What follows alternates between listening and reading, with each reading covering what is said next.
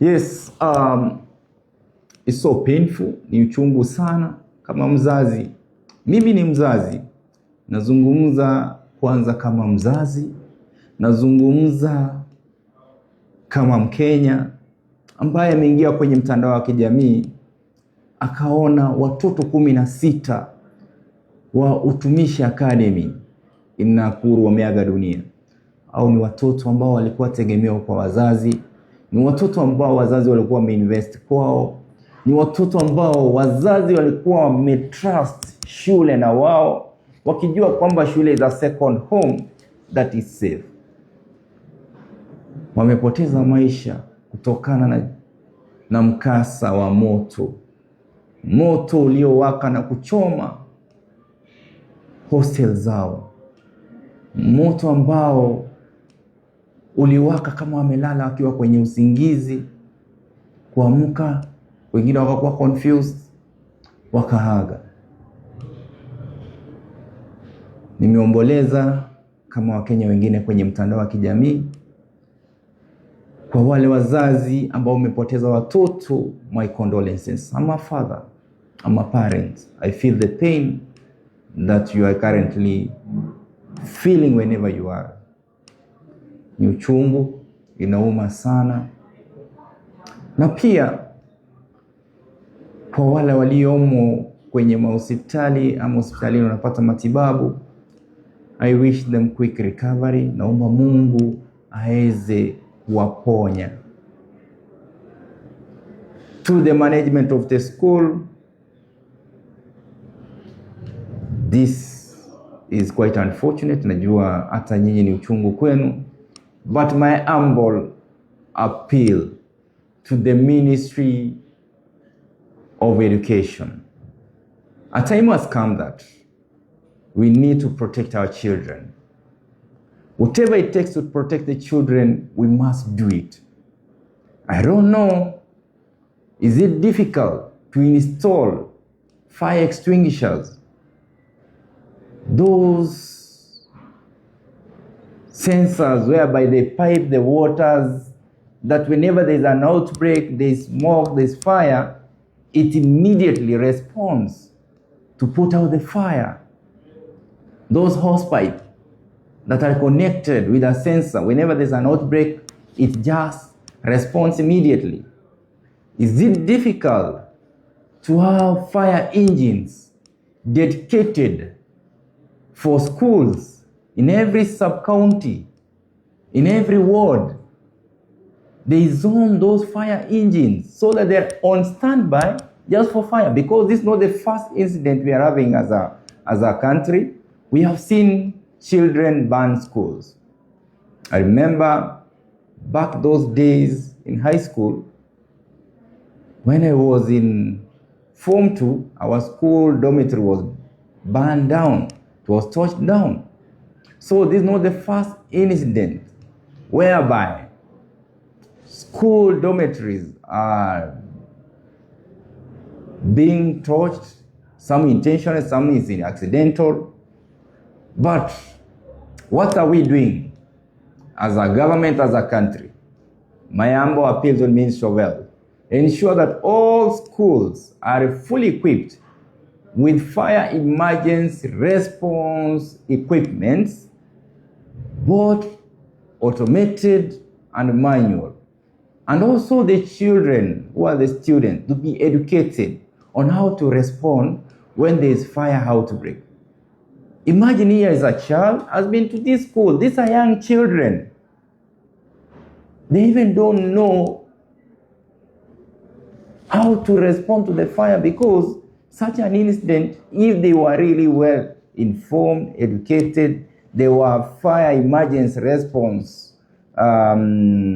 tools in place, like those fire extinguishers and all the piped hose pipe with water to respond to such the automatic ones. Once they detect smoke and fire, it just responds immediately.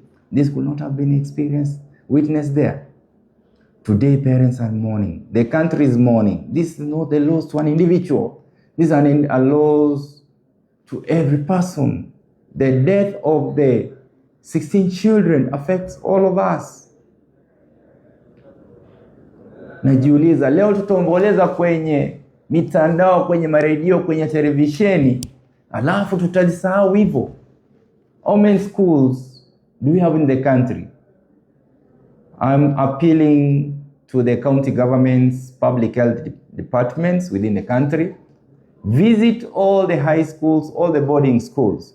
Do proper inspection on matters of public health as far as fire outbreaks are concerned in those schools.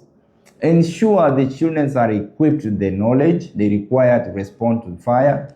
To all principals in all boarding schools, whether private or government, install fire extinguishers, fire emergency response units within the institutions. Collaborate with fire engines around your area. Let them just be on standby in your institutions so that when there's such an outbreak, they are able to respond immediately. Because right now, we will bury these children after DNA is done. But what next? Are we going to lose other children? Something must be done. And nobody will do it. The government has to do something, and that's the Ministry of Education, Ministry of Interior, and all responsible ministries, the disaster management response units within the country. Let's protect the children. Inauma sana. It's something that is very painful. As a parent, I feel it because I know the pain of losing a child. I know the pain of having a child who is disabled after such a tragic incident. It's quite unfortunate, but something could have been done. Especially the basics like training the children, installation of fire engine, fire extinguishers, connecting the hose pipe, I don't know how they call them, but that's fire emergency response units within those hostels, so that our children are educated and well equipped with this knowledge. And my appeal, let there be a countrywide inspection and training on how to respond to such emergencies.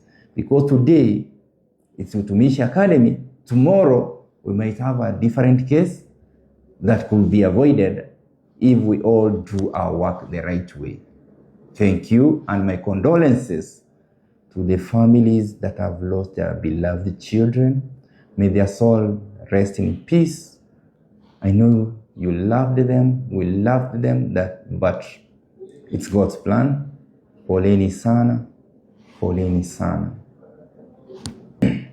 Na wale watoto waliomo kwenye mahospitali, langu ni kuombea wapone. Viongozi, usio wakati wa siasa, usio wakati wa kwenda na kamera kubwa kubwa kwenye mahospitali, aswa kwa cases kama hizi, ili onekane ulikuwa kule.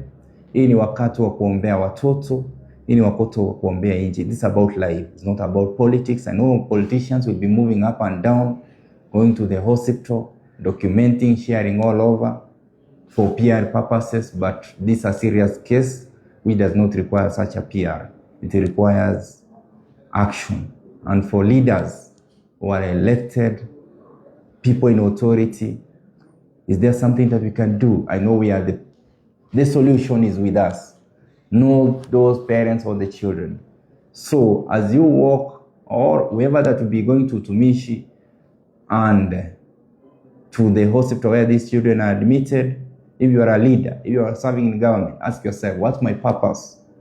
Is there something you could have done that could have prevented all this? And if there is something you could have done, then the time to do it is now. Don't wait for another fire outbreak, another loss of life for us to act. Let's act now.